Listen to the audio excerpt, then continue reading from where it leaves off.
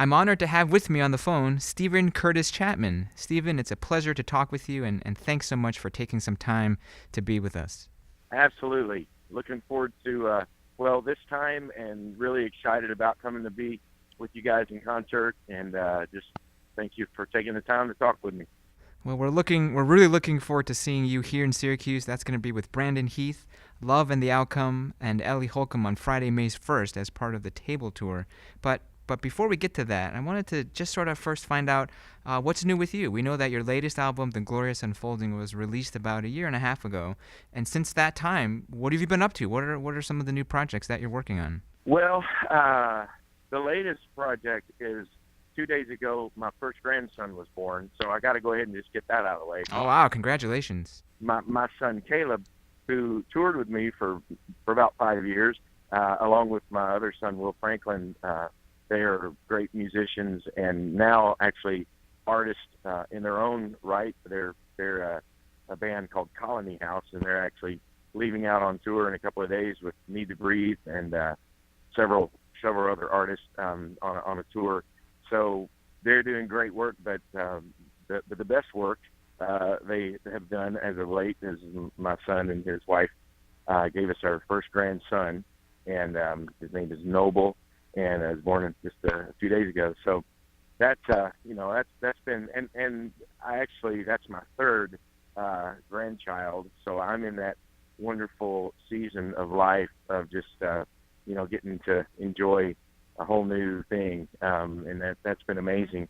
And so touring is harder than ever to leave home now because of all of that wonderful all the great things going on back in Tennessee. But I have continued to just feel very compelled and to continue to make music and tour and take the message wherever I can. And I've been actually I'm working on a new project right now that is kind of it's sort of in partnership with a larger kind of a curriculum that's going out to a lot of churches all around the country called Believe. It's kind of a follow-up, if you're familiar at all, with a project called The Story that came out Sure, a yeah. few years ago. There was a Bible and a lot of curriculum for churches. Many churches that kind of did their, kind of oriented their services and their teaching for a period of time around this book, The Story. And there was a tour and a music album for that. And so this is kind of a follow-up to that. The guys who created that, Randy Frazee, a pastor and teacher in San Antonio that's a co-pastor with Max Lucado, he has created this kind of curriculum. And so I've been writing and recording music for that. And it's the first ever for me of sort of a corporate kind of worship music.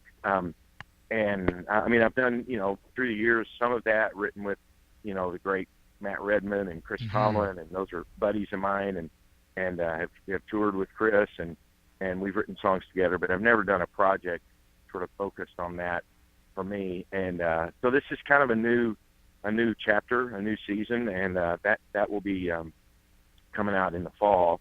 And really excited.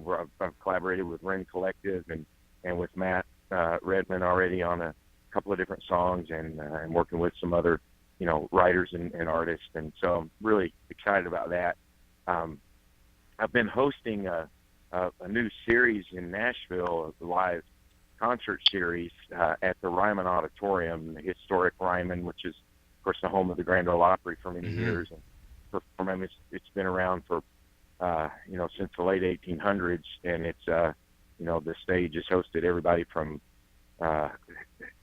Houdini to Helen Keller to Charlie Chaplin. I mean, it's just a pretty amazing historic stage, but it was home to the Grand Ole Opry for years, and a real, kind of one of the places that if people come to Nashville, Tennessee, they want to come see the Ryman because of the history there. And we've been doing a concert series there once a month, where I'm bringing artists from a lot of different genres together, and I've been hosting that. And I've had, Need to Breathe, Hillary Scott from Lady Antebellum, country artists like Josh Turner, all the way to Amy Grant came, Michael W. came to be with me, Mercy Me, and 10th Avenue North. So I've had, a lot of my friends and artists come together for that. And so that's just been a really fun chapter for me to get to, collaborate. And actually, that's the first place I got to work with Danny Goki, who I'm out on a tour with right now. And Brandon's coming to do it. Brandon Heath's coming to do it. Francesca Battistelli did it with me Wow. last month. So that's been a really cool. I enjoy that sort of the hosting of that and kind of being the guy that's bringing all these artists together. I've been doing this, for a while now. So I think a lot of these artists kind of, have their own stories of, man, I remember growing up and listening to your music, and now I'm doing, music. So it's kind of been cool to, I feel like Uncle Steve or something, come together and let's celebrate, this together. So that's been a fun thing, and just writing, continuing to write music, and actually going to start work on a book this summer of kind of just the story of my journey, my great adventure, and never really put that down in written form all these years. So kind of feel like that would be a new kind of chapter for me to dive into. So lots going on. Families continuing to grow up. My two girls still at home, Stevie Joy and Show Hannah. So spend a lot of my time going to soccer games, softball games, cheerleading competitions, and all of that stuff too when I'm home. Well, I mean, you've been releasing albums since the late 80s, and, I'm sure been involved with music since even before that. And so many people, we know your music, we identify with your music, and to a large extent are even inspired by your music. And to this day, even I go back and listen to The Mountain from Heaven and the Real World, and it's still, when those times are tough, it really lifts me up. How do you identify with your music? Does it inspire you? It does. I mean, it's the songs are written from chapters, kind of pages torn out of my personal journal, so to speak, of my life. I mean, I could connect a story, which is what I'm loving about this tour that's coming up, the table tour. The whole idea of this is to kind of bring these artists together and sit around a table, figuratively and literally. And which is interesting for me, because when I grew up learning music and learning to love music and learning to work at music, it was with my family, my dad, my brother, and my mom and I, who sang together a lot in church. My dad, who's a guitar instructor and a music teacher. And our kitchen table was where we did all of our rehearsing, all of our, the songwriting and all of that seemed to happen around the kitchen table. So it's pretty cool that, the table tour is kind of, bringing all that back around for me.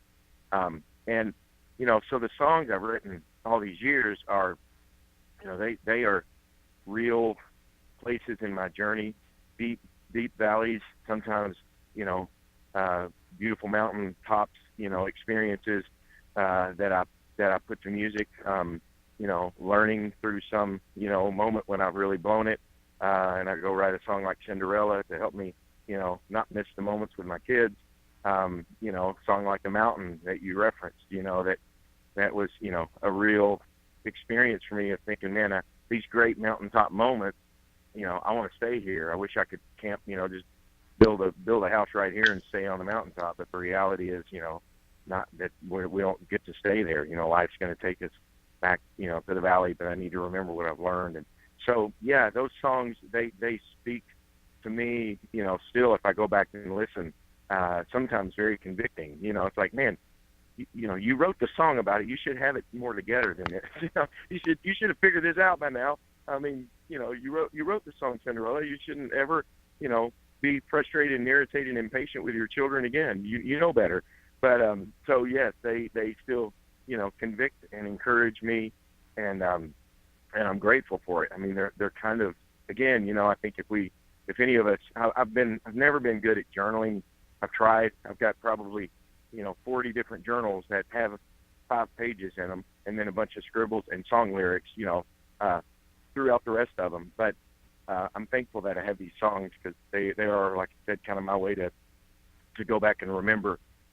Oh yeah, that's what that's what I was learning at that point, and I'm still learning it. But but it's good to be reminded of those things. It's a real gift, for me to be able to even go back and with what was going on with my family, and to still be able to do that, to still get to talk about the chapters of life that I'm in, living through now. Well, it's certainly we get the chance to kind of walk alongside you when we hear your music, and we can sort of experience those things with you. And so obviously it's an honor for us to be able to do that. We're very fortunate to have you back in Syracuse this time for the table tour with Brandon Heath, Love and the Outcome, and Ellie Holcomb. As you're with these other artists on tour with you, which one surprises you the most? Well, I grew up with Ellie Holcomb. It's probably her, because I know her dad, Brown Bannister, is the great legendary producer who produced Amy Grant's early records all the way through. I got to work with him for several years on some of my my records, Speechless and Declaration, and my first Christmas album, and just an amazing producer, an amazing man. And Ellie is his daughter, and I watched her grow up. We were working together. My kids and her all went to school together. So I think, just to stand back or stand beside her and listen to her sing and listen to what comes out of her and the music and the voice, I just kind of like, wow, that's awesome. She's so great. And so I'm really excited to be on tour. I've not toured with her. She was on the Sam's Place, the thing that I mentioned earlier at the Ryman Auditorium with me. And so really excited about that. And Brandon and I have toured together for a few years now, and he's just like a little brother to me. I love his music. I love his writing, and looking forward to getting to know Love and the Outcome. I don't know them as well, so this is going to be a chance for me to kind of get to know them as well. Well, that's great. We'd love to keep talking with you and interacting with you, which we will be able to do on Friday, May 1st, here in Syracuse at 7 p.m. at the North Syracuse Baptist Church. That's going to be the table tour with Stephen Curtis Chapman, Brandon Heath, Love and the Outcome, and Ellie Holcomb. Stephen, thanks so much for taking some time to talk with us, and we'll look forward to seeing you real soon. You're very, very welcome. Great talking with you, and can't wait to see you guys. All right.